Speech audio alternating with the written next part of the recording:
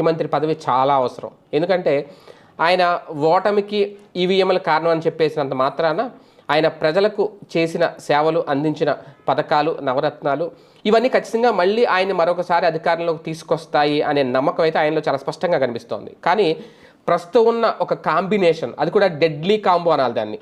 భారతీయ Janata Party, Janasena, Telugudesam party.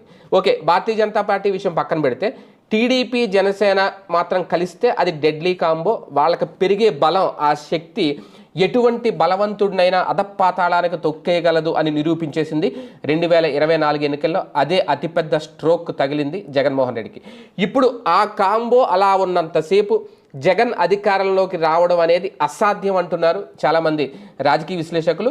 ఇప్పుడు అదే ఆలోచన, అవే కారణాలు వైసీపీలో కొంతమంది రాజీనామాలు చేసిన, లేదంటే ఇప్పుడు జగన్మోహన్ రెడ్డి మళ్ళీ అధికారంలోకి వస్తారా రారా అనే దాని మీద చర్చలు జరిగిన